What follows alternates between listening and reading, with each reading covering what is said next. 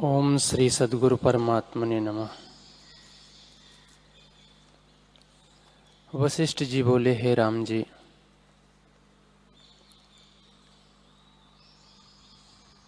ज्ञानवानों का संग करके चुंडाला अपने को जानने लगी कि मैं सन्मात्र, अछेद्य, अदाह्य, स्वच्छ, अक्षर और निर्मल हूँ। मुझ में अहम त्वम एक और द्वैत शब्द कोई नहीं और जन्म मरण भी नहीं। यह संसार चित्त से भासित होता है, वास्तव में आत्म स्वरूप है। देवता, यक्ष, राक्षस, स्थावर, जंगम आदि सब आत्म रूप हैं। जैसे तरंग और बुलबुले समुद्र से भिन्न नहीं, वैसे ही आत्मा से कोई वस्तु भिन्न नहीं। दृश्य, दृष्टा, दर्शन ये भी आत्मा की सत्ता से चेतन हैं। इसकी अपने आप से सत्ता नहीं। मुझ में अहम का उत्थान कदापि नहीं, क्योंकि मैं अपने आप में स्थित हूँ। अब इसी पद का आश्रय करके चिरकाल इस संसार में विचरूंगी। हे राम जी, वह ऐसे आनंद को प्राप्त हुई जिसको वाणी से नहीं कह सकते। तब रानी को देख राजा शिखर ध्वज को बड़ा आश्चर्य हुआ। वह बोला, हे अंगने, अब तुम किस यौवन अवस्था को प्राप्त हुई हो और तुमको कोई बड़ा आनंद प्राप्त हुआ है। शायद तुमने अमृत का सार पान किया है, इससे अमर हुई हो। चुंडाला बोली, हे राजन, यह जो कुछ दिखता है सो किंचन है। इससे रहित जो निष्किंचन पद है, उसको पाकर मैं श्रीमान हुई हूँ। जिसका आकार निष्किंचन है और जिसमें दूसरे का अभाव है, उसी को पाकर मैं श्रीमान हुई हूँ। और जो कुछ भोग हैं, उनसे रहित होकर अभोग भोग भोग कर उस भोग से तप्त हुई हूँ। अर्थात मैंने आत्मज्ञान और आत्मा में विश्राम पाया है, जिससे सदा शांत रूप और श्रीमान हूँ।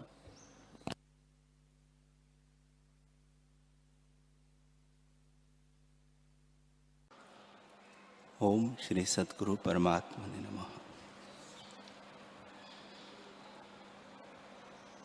श्री वशिष्ठ जी बोले, हे रामचंद्र जी,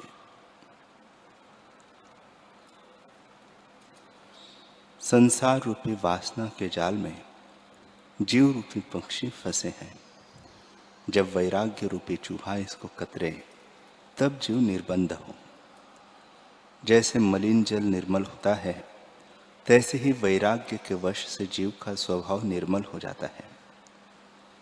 जब जीव निराग, निरुपाधि के संग और राग, द्वेष और मोह से रहित होता है, तब जैसे पिंजरे के टूटे पक्षी निर्बंध होता है, तैसे ही जीव निर्बंध होता है। संदेह, दुर्मति शांत हो जाती है, जगत भ्रम नष्ट हो जाता है और हृदय पूर्ण हो जाता है। जैसे पूर्णमासी का चंद्रमा शोभता है, तैसे ही ज्ञानवान शोभा पाता है। सबसे उत्तम सौंदर्यता को प्राप्त होता है और उसका उदय अस्त, राग द्वेष नष्ट हो जाता है। सर्व समता भाव वर्तता है और न्यूनता और विशेषता भाव नष्ट हो जाता है। जैसे पवन से रहित सोम समुद्र अचल होता है, तैसे ही असंग पुरुष मूक, जड़, अंध कर्म की वासना से रहित अचल हो जाता है और वह सब चेतन प्रकाश देखता है। उसकी बुद्धि विवेक से प्रफुल्लित हो जाती है। जैसे सूर्य के उदय हुए सूर्यमुखी कमल प्रफुल्लित हुआते हैं, तैसे ही वह पुरुष पूर्णिमा के चंद्रमावत दैवी गुणों से शोभता है। बहुत कहने से क्या है, ज्ञात ज्ञेय पुरुष आकाशवत हो जाता है। वह न उदय होता है और न अस्त होता है। विचार करके जिसने आत्म तत्व को जाना है वह उस पद को प्राप्त होता है जहाँ ब्रह्मा, विष्णु और रुद्र स्थित है और सब ही उस पर प्रसन्न होते हैं। हरि ओम।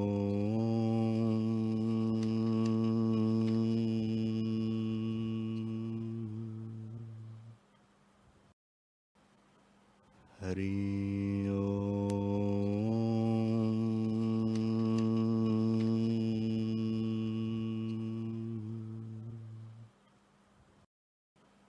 हरि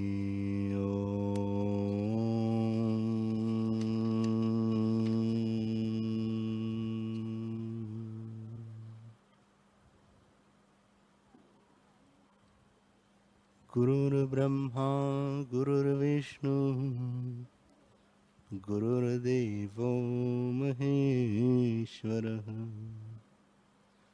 गुरुर्साक्षात् परब्रह्म तस्मै श्री गुरवे नमः।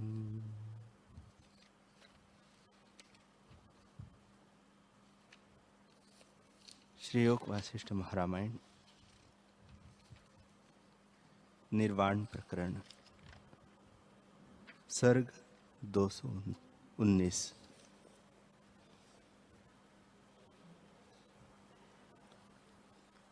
मुनि बोले, हे राजन,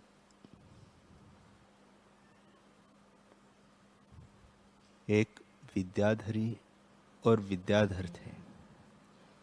उनके मंदिर में एक ऋषि आ पहुंचे, पर उस विद्याधर ने उनका आदर सत्कार नहीं किया। ऐसे ऋषिश्वर ने शाप दिया कि तू 12 वर्ष तक वृक्ष होगा। निदान वह विद्याधर वृक्ष हो गया। पर अब हम आए हैं, हमारे देखते ही वह शाप से मुक्त हो वृक्ष भाव को त्याग कर फिर विद्याधर हुआ है। यह ईश्वर की माया है कि कभी कुछ हो जाता है और कभी कुछ हो जाता है। हे मेघ, तू धन्य है, तेरे चेष्टा भी सुंदर है। तीर्थों में सदा तेरी स्थिति है। तू सबसे ऊंचे विराजता है और सब आचार तेरा भला है, परंतु एक तुझ में नीचता है कि ओले की वर्षा करता है, जिससे खेती नष्ट हो जाती है और फिर नहीं उगती। वैसे ही अज्ञानी की चेष्टा देखने भर को सुंदर है और हृदय मूर्ख है। उनकी संगति बुरी है। ज्ञानवान की चेष्टा देखने में भली नहीं तो भी उनकी संगति कल्याण करती है। हे राजन, सबसे नीच कुत्ता है, क्योंकि जो कोई उसके निकट आता है उसे काट लेता है। वह घर घर में भटकता फिरता और मलिन स्थानों में जाता है। वैसे ही अज्ञानी जीव श्रेष्ठ पुरुषों की निंदा करता है, पर मन में तृष्णा रखता है और विषय रूपी मलिन स्थानों में गिरता है। वह मूर्ख मनुष्य मानो कुत्ता है, बल्कि कुत्ते से भी नीच है। ब्रह्मा ने संपूर्ण जगत रचा है, परंतु उसमें कुत्ता सबसे नीच है। पर कुत्ता क्या समझता है सो सुनो। एक पुरुष ने कुत्ते से प्रश्न किया कि हे कुत्ते, तुझसे कोई नीच है या नहीं? तब कुत्ते ने कहा कि मुझसे भी नीच मूर्ख मनुष्य है। उससे मैं श्रेष्ठ हूं, क्योंकि प्रथम तो मैं सूरमा हूं, दूसरे जिसका भोजन खाता हूं उसकी रक्षा करता हूं और उसके द्वारे बैठा रहता हूं। पर मूर्ख ये तीनों कार्य नहीं करते, ऐसे मैं उनसे श्रेष्ठ हूं। मूर्ख को देहाभिमान है, इससे वह कुत्ते से भी नीच है। हे राजन, परम अनर्थ का कारण देह अभिमान है। देह अभिमान से जीव परम आपदा को प्राप्त होता है। वह मूर्ख नहीं मानो कौवा है जो सबसे ऊंची टहनी पर बैठकर कांव कांव करता है। हे राजन, कमल की खान तालाब के निकट एक कौवा जा निकला तो क्या देखा कि भौरे बैठे कमल की सुगंध लेते हैं। उनको देखकर वह हंसने लगा और कांव कांव शब्द करने लगा। तब उसको देख भौरे हंसे कि यह कमल की सुगंध क्या जाने। वैसे ही जिज्ञासु भौरे के समान है जो परमार्थ रूपी सुगंध लेते हैं। जो अज्ञानी रूपी कौवे हैं वे परमार्थ रूपी सुगंध को नहीं जानते। इस कारण मूर्ख को देखकर जिज्ञासु हंसते हैं। जो आत्मरूपी सुगंध को नहीं जानता, अरे कौवे, तो क्यों हंस की बराबरी करता है? हंस तो मोती चुगने वाला है और तू नीच स्थानों में रहने वाला है। मंत्री ने कहा, हे कोयल, तुम कमल को देखकर क्या प्रसन्न होती हो? प्रसन्न तो तब हो जब वसंत ऋतु हो, पर यह तो वर्षा काल है। ये फूल ओलों से नष्ट हो जाएंगे। हे राजन, कोयल रूपी जो जिज्ञासु है उनको यह उपदेश है। हे जिज्ञासु, जो सुंदर पदार्थ तुमको दिखते हैं उनको देखकर तुम क्यों प्रसन्न होते हो? प्रसन्न तो तब हो जो ये सत्य हो, पर ये तो मिथ्या है और अविद्या के रचे हुए हैं। तुम क्यों प्रसन्न होते हो? अपनी बिरादरी में जाकर बैठो और अज्ञानी का संग छोड़ दो। जैसे कौवा हंसों में जा बैठता तो भी उसका चित्त गंदगी खाने में लगा होता है और हंस के आहार मोतियों की ओर देखता भी नहीं। वैसे ही अज्ञानी जीव कभी संतों की संगति में जा बैठता है तो भी उसका चित्त विषयों की ओर ही घूमता रहता है, स्थिर नहीं होता। जैसे कोयल का बच्चा कौवे को माता पिता जानकर उनमें जा बैठता है, तब उनकी संगति से वह भी गंदगी खाने वाला हो जाता है। ऐसे कोयल उसको वर्जन करती है कि अरे बेटा, तू कौवे की संगति में मत बैठ, अपने कुल में बैठ, क्योंकि तेरा भी नीच आहार हो जाएगा। वैसे ही जिज्ञासु जो अज्ञानी का संग करता है तो उसके अनुसार उसको भी विषयों की तृष्णा उत्पन्न होती है। तब ज्ञानी उसको वर्जन करते हैं कि रे जिज्ञासु, तू मूर्ख अज्ञानियों में मत बैठ, अपना कुल जो संत जन है उनमें बैठ। जैसे कोयल के बच्चे को कौवे सुख देने वाले नहीं होते, वैसे ही मूर्ख तुमको सुख देने वाले नहीं होंगे। मंत्री फिर कहने लगा,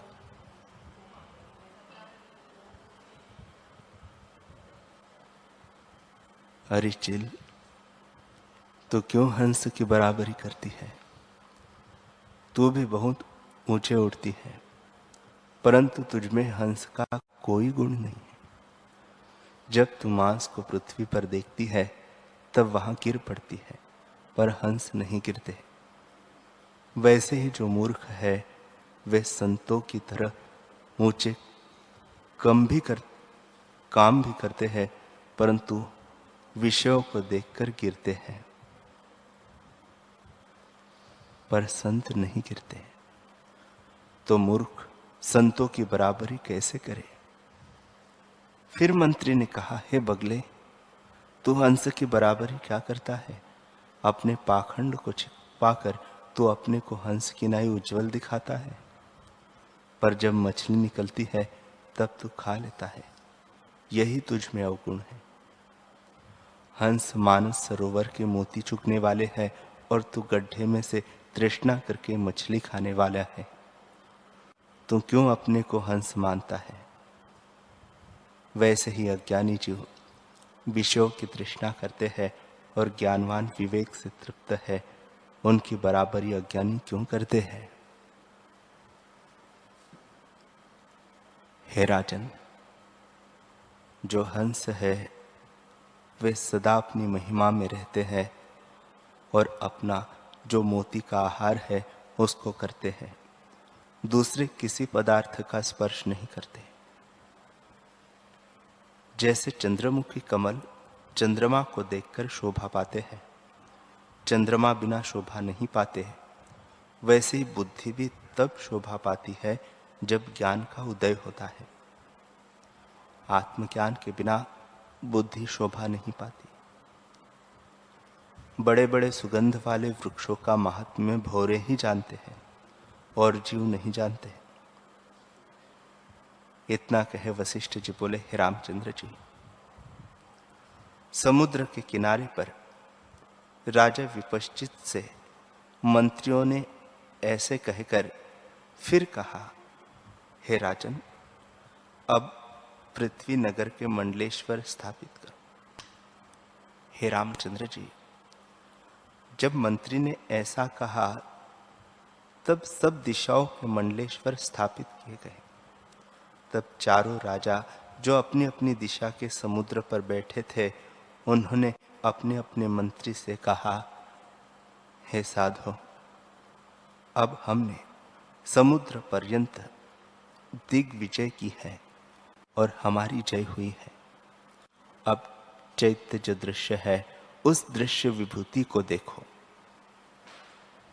समुद्र के पार द्वीप है, फिर उस समुद्र के पार और द्वीप है, फिर समुद्र है और फिर द्वीप है। इसी प्रकार 7 द्वीप और 7 समुद्र है, पर उनके आगे क्या है? इस प्रकार सब दृश्य देखने की इच्छा करके उन्होंने अग्नि देवता का आवाहन किया। उनकी दृढ़ भावना से अग्नि देवता सम्मुख आकर स्थित हुए और बोले, हे राजन, जो कुछ तुमको कामना हो सो मांगो। राजा ने कहा, हे भगवान, ईश्वर की माया से पंचभौतिक दृश्य में जो प्राणी है उनको देखने की मेरी इच्छा है, उसे पूर्ण करो। हे देव, हम इसी शरीर से दृश्य देखने जावे और जब यह शरीर न चल सके तब मंत्र सत्ता से जावे, पर जहां मंत्र की भी गति नहीं वहां सिद्धि से जावे, और जहां सिद्धि की भी गति नहीं वहां मन के वेग से जावे, और मृतक भी न हो यह वर हमको दो। हे रामचंद्र जी, जब इस प्रकार राजा ने कहा तब अग्नि ने कहा कि ऐसा ही होगा। यूं कहकर अग्नि अंतर्धान हो गए। जैसे समुद्र से तरंग उठकर फिर लय हो जाती है, वैसे ही अग्नि अंतर्धान हो गए। जब राजा विपश्चित वर पाकर चलने को उद्युत हुआ, तब जितने मंत्री और मित्र थे वे रोने लगे और बोले, हे राजन, तुमने यह क्या निश्चय किया है? ईश्वर की माया का अंत किसी ने नहीं पाया, इससे तुम अपने स्थान को चलो। यह क्या तुमने निश्चय किया है? हे रामचंद्र जी, इस प्रकार मंत्री कहते रहे, परंतु राजा ने उनको आज्ञा देकर एक एक दिशा के समुद्र में प्रवेश किया। यो चारों दिशाओं में चारों राजाओं ने गमन किया। तब जो बड़े बड़े शक्तिशाली मंत्री थे वे साथ ही चले। तब राजा मंत्र शक्ति से समुद्र को लांघ गया, कहीं पृथ्वी पर चला और कहीं ऊंचे चला। इसी प्रकार और द्वीप में जा निकला। तब बड़ा समुद्र आया, उसमें प्रवेश कर गया। उसमें बड़े तरंग उछलते थे और उसका 100 योजन विस्तार था। कभी नीचे और कभी ऊपर हो जाते थे। हे राघव, ऐसे तरंग उछलते मानो पर्वत उछलते हो। जब वे ऊपर को उछलते तब स्वर्ग तक उछलने लगते, और जब नीचे जाते तब पाताल पर्यंत चलते जान पड़ते। जैसे पानी में तरण फिरता है वैसे ही राजा फिरे। इस प्रकार कष्ट से रहित राजा समुद्र और दिशाओं को लांग गया, परंतु बीच में जो वृत्तांत हुआ सो सुनो। क्षीर समुद्र में एक मच्छ रहता था, जिसको सब देवता प्रणाम करते थे और जो विष्णु भगवान के मच्छ अवतार के परिवार में था। जब राजा ने क्षीर समुद्र में प्रवेश किया तब राजा को उसने मुख में डाल लिया, पर राजा मंत्र के बल से उसके मुख से निकल गया। आगे फिर एक मच्छी मिला, उसने भी उसे मुख में डाल लिया, पर उससे भी वह निकल गया। फिर आगे पिशाचों का देश था। वहां राजा को पिशाच ने काम से मोहित किया। फिर उसने दक्ष प्रजापति की कुछ अवज्ञा की, जिससे उन्होंने शाप दिया और राजा वृक्ष हो गया। निदान कुछ काल वृक्ष रहकर फिर छूटा तो एक देश में मेंढक हुआ और 100 वर्ष तक खाई में पड़ा रहा। फिर उससे छूटकर मनुष्य हुआ। तब किसी सिद्ध के शाप से शिला हो गया और 100 वर्षों तक शिला ही रहा। उसके उपरांत अग्नि देवता ने शिला की योनि से छुड़वाया तो फिर मनुष्य हुआ। तब उस सिद्ध को आश्चर्य हुआ कि मेरे शाप को दूर करके यह मनुष्य क्यों कर हुआ, यह तो मुझसे भी बड़ा सिद्ध है। ऐसे जानकर उसने उसके साथ मैत्री की। इसी प्रकार दूसरे समुद्रों को भी यह लांघता गया। क्षीर समुद्र, खारी समुद्र और इक्षु रस के समुद्र को लांघकर द्वीपों को लांघता गया। फिर एक अप्सरा पर मोहित हुआ और बहुत काल में वहां से छूटा। फिर एक देश में पक्षी हुआ, बहुत काल तक पक्षी रहकर छूटा तो एक गोपी पिशाचिनी ने बैल बनाकर उसे रखा। तब दूसरे विपश्चित ने बैल विपश्चित को उपदेश करके जगाया। निदान हे रामचंद्र जी, चारों दिशाओं में चारों विपश्चित घूमते फिरे। दक्षिण दिशा का राजा तो पिशाचिनी से मोहित हुआ, इससे उसने बहुत जन्म पाए, और पूर्व का राजा बहता हुआ मच्छ के मुख में चला गया, उसने निकाल दिया, इससे उसने वह अवस्था देखी। उत्तर दिशा का जो राजा हुआ उसने वही अवस्था देखी। पश्चिम दिशा का हेमचू पक्षी की पीठ पर पहुंचा, उसने उसे कुश द्वीप में डाल दिया, इससे उसने भी अनेक अवस्था पाई। हे रामचंद्र जी, एक एक विपश्चित ने भिन्न भिन्न योनियों और अवस्थाओं का अनुभव किया। राम जी ने पूछा, है भगवान, तुम कहते हो कि विपश्चित एक ही था और उन चारों की संविद भी एक ही थी, आकार भी एक ही था, तो भिन्न भिन्न रुचि कैसे हुई? जो एक पक्षी हुआ, दूसरा वृक्ष हुआ, और वे वासना के अनुसार अनेक शरीर पाते फिरे। श्री वशिष्ठ जी बोले, हे रामचंद्र जी, इसमें क्या आश्चर्य है? उनकी संवित एक ही थी, परंतु भ्रम से भिन्न भिन्न हो जाती है।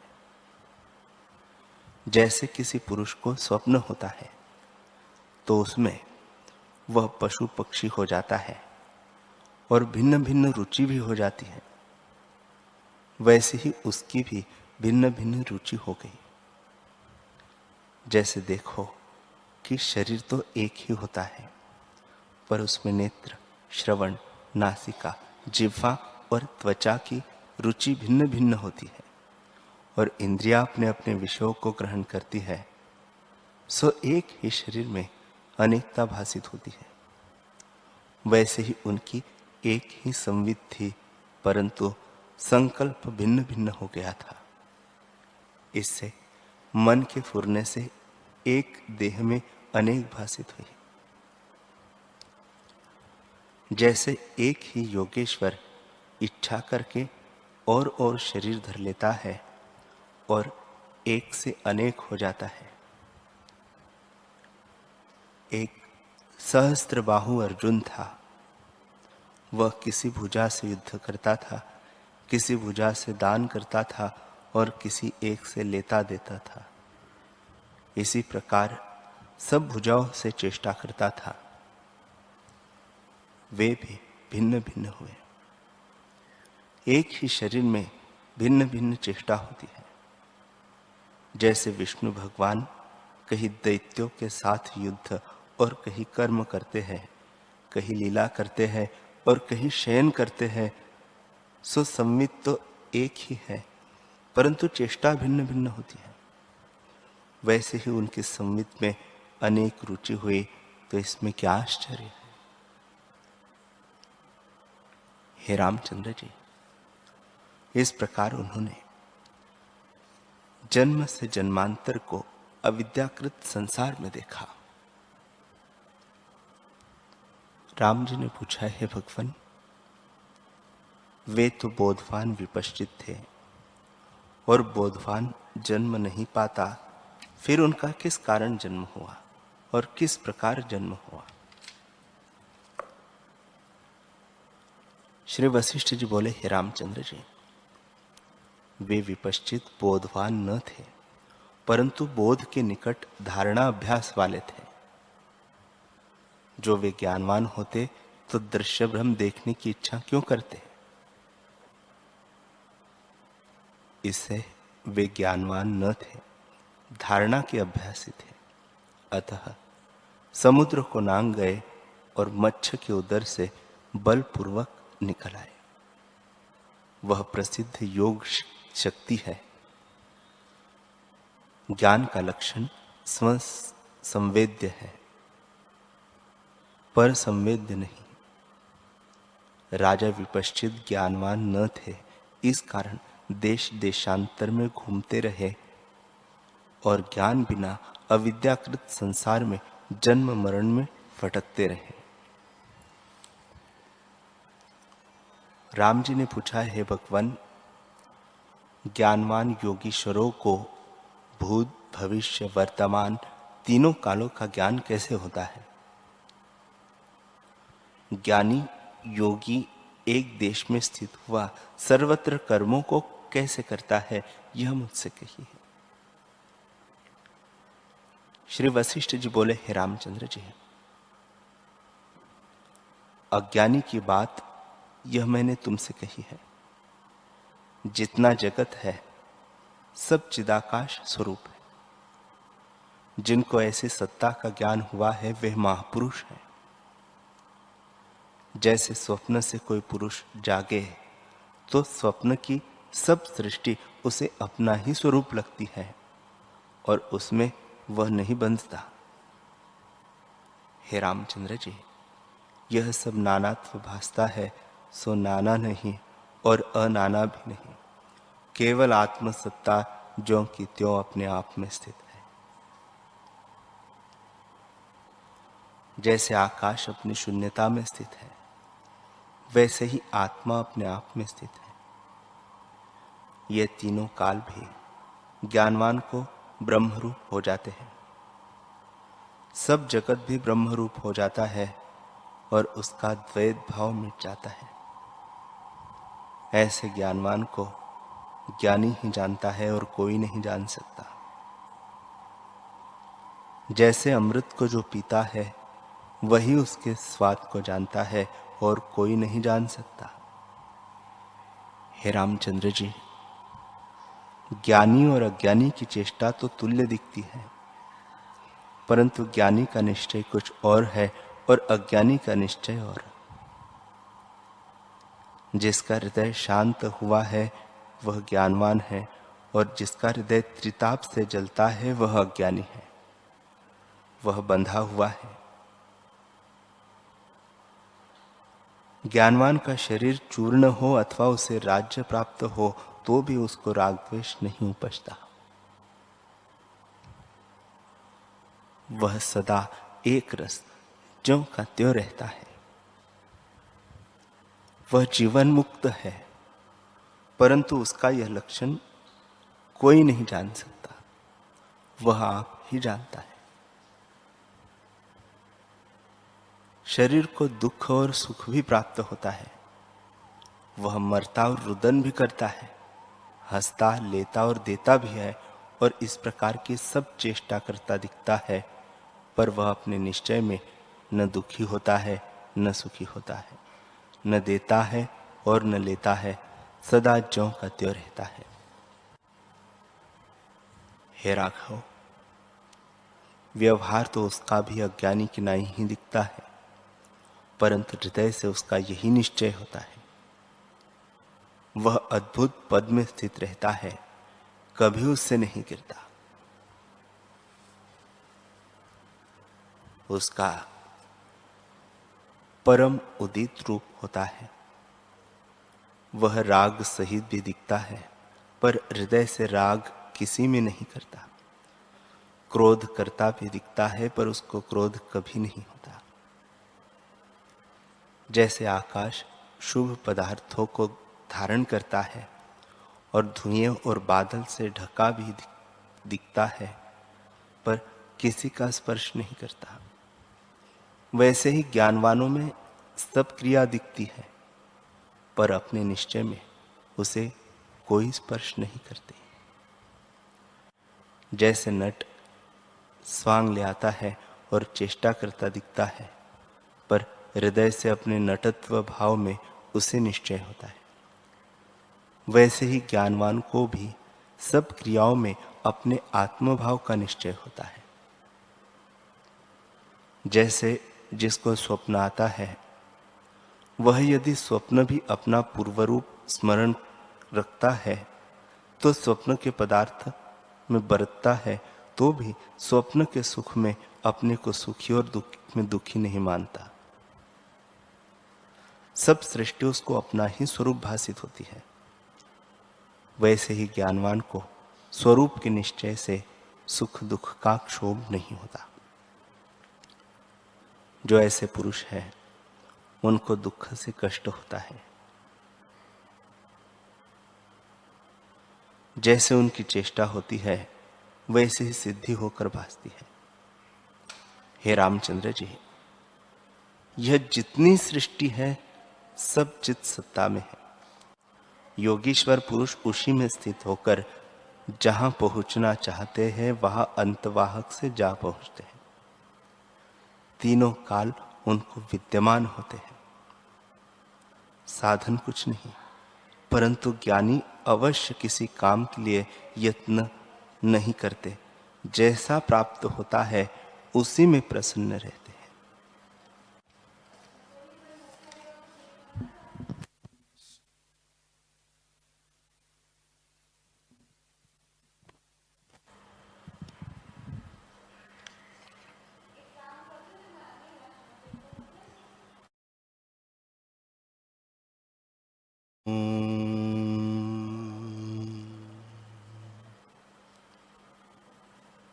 हरि